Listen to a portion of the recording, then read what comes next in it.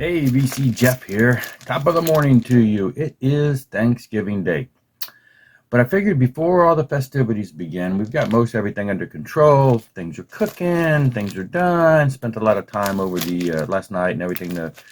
My girls and wife and everything went in making all kinds of fun stuff. So anyway, got a couple hours. I figured I'd do a quick video, show some things, because I took some time off this week, mainly because it's that time of the year where it's use it or lose it. At my job, you can only carry over a certain amount of vacation, and I always end up having more than that. So I've always got to try to find ways to dump days.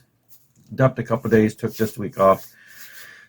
Still kind of on call, have to do some work, but dumping some days. And so we spent some time running out shopping, just some kind of early Christmas shopping, just kind of shopping in general, picking up stuff for the weekend.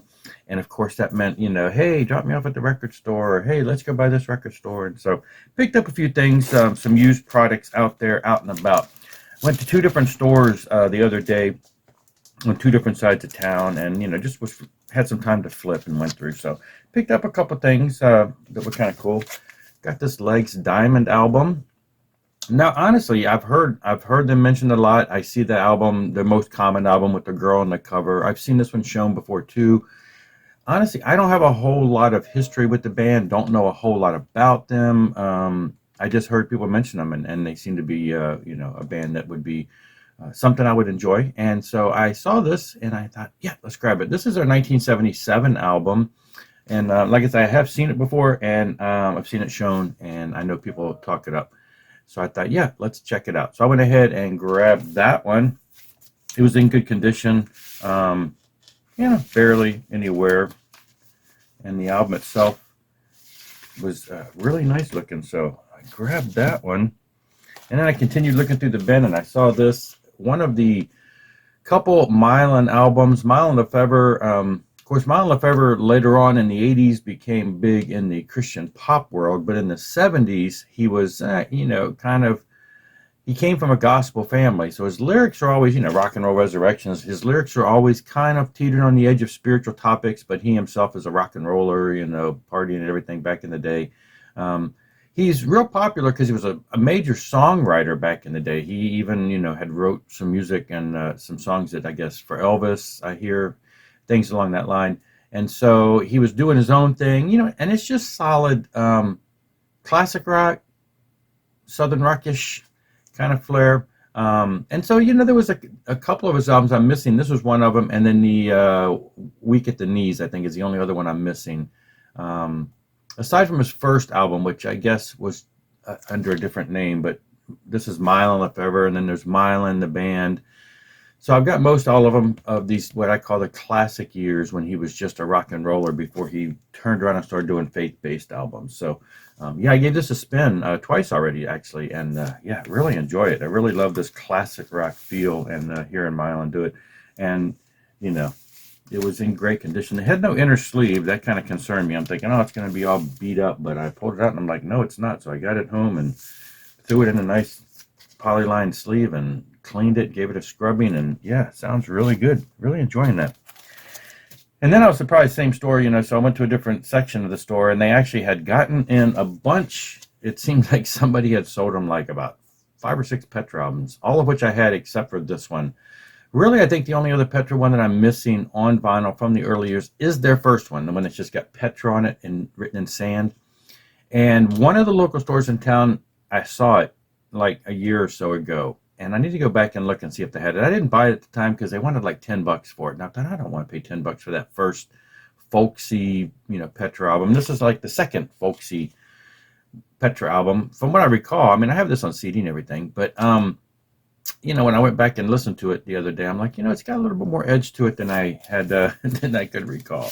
Not as much as it did in the day, because this is their earlier stuff in the 70s, and this one has some guest musicians on it, and so it's kind of all over the place. It's got Greg Volt singing, but it's got some other singers and stuff like that. So it is a little more on the folk rock, borderline guitar-driven rock side.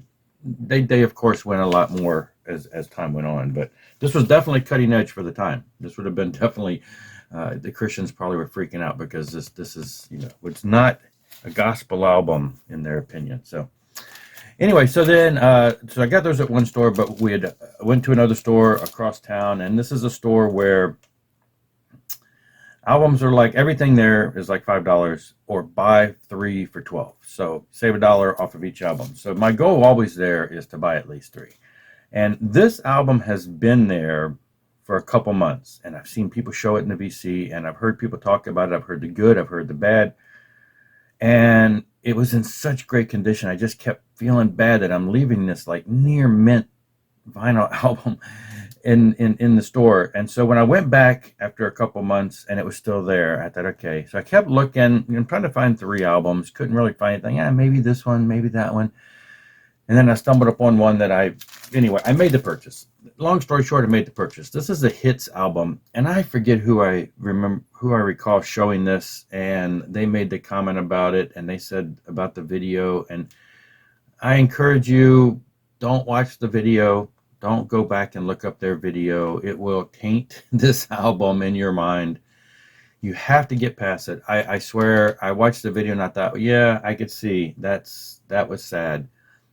But you just put the album on and listen to it, and it is a solid hard rock album. And this is even 1983, so it would have been in that time frame where, these type of bands, were just making it. But again, it was such pristine condition as far as the vinyl. I just had to get it. And yeah, I mean, it's a good album. It's, it borderlines AOR, but it's got some hard rocking moments. Just don't watch the video. The thing that made me decide, I've got to find something else, because then I'm flipping, and I was flipping through the jazz section, looking for some of the contemporary jazz I'm used to listening to that they don't usually have at the store. They have a lot of more of the classic stuff. And I ran across this listed as jazz, and I'm like, to me, it's not jazz, but I guess in hindsight, now and listening to it again after all these years, yeah, okay, I can see jazz fusion. Stuart Hamm. I mean, Stuart Hamm to me is just kind of rock, but I could kind of see it. So Stuart Hamm, if you're not familiar with Stuart Hamm, he is the bass player, phenomenal bass player, has played for years on and off with Joe Satriani. And this is his first solo instrumental album. And Joe Satriani plays a lot of guitar on here. And so it's just wonderful. It's bass driven, lots of funky. He's one of those ones that can play like multiple things on the bass at the same time. If you ever heard his version of Linus and Lucy, where he's playing part of it with one hand and the other hand with this, it's just amazing to watch him play, to hear him play it where he's playing doom doom doom doom, and he's playing all the ding ding ding ding ding ding ding, and he's doing them both at the same time. He does a lot of that kind of stuff on here where he's playing 2 rhythms on the bass and just going away. And it's instrumental, and it's great. And yeah, I guess you could classify it as jazzy because it's instrumental, and he plays some, different types of songs. And again, there's Joe Satriani on guitar on probably more than half the song. And anyway, great album. And I saw this, and I'm like, this is Relativity Records. This is from like back in the 80s, 87. I've had this CD since then. Just love this stuff, and I could not believe I saw this. I didn't even know, I'm obviously it's on vinyl, but I just have never seen anything like this shown or whatever. It just hit me off guard. I'm like, oh wow, okay, hey. And I picked it up and I looked at it, and I'm like, oh my gosh, it is like shiny mint. It's like they didn't even listen to it. I did get home and played it, and it was popping and cracking, so I gave it a good scrub down, and then I played it, and the pops and cracks had slowed down some. So yeah, it's just a phenomenal instrumental album with the, it's not a shredder like a Joe Satriani album. It's like a shredder with the bass player, with a little Joe Satriani on the side. And of course, you can laugh at me all you want. In order to get 3 albums, I saw this, and I'm like, okay, I've had this in my hand probably a dozen times in the past few years, and I've never pulled the trigger. It's always been a price situation. But say what you will, before I discovered rock and roll, this is the kind of music I was into, and this is probably the only album I ever think I had by Andy Gibb. Yeah, it's got, Shadow Dancing is like the only big hit on here, but a couple of the songs I still, recall and knew from back in the day. And yes, before I discovered Kiss in like 1977-ish, I was into Andy Gibb, the Bee Gees, Saturday Night Fever, Grease soundtrack, into all of that kind of the disco of the day. And so yeah. Anyway, this one it was in good condition. Had a small scuff, kind of a scratch on it actually, and it pops a couple times on that scratch. But honestly, it was worse looking than it ended up sounding. So had to buy three, and I was scrounging, and I thought, I'm going to go ahead and do it. I'm going to go ahead and do it. So I did it. Yeah. So say what you will, make fun of me in the comments, just do whatever you do, but leave a comment. Hey, tell me what you think. I'm going to leave this one at that. I do have a couple other things to show, but I'm going to move on to another because these are some of the used things that were just over this vacation of Thanksgiving vacation week. Anyway, thanks for watching. I will be back. Rock on and rock hard.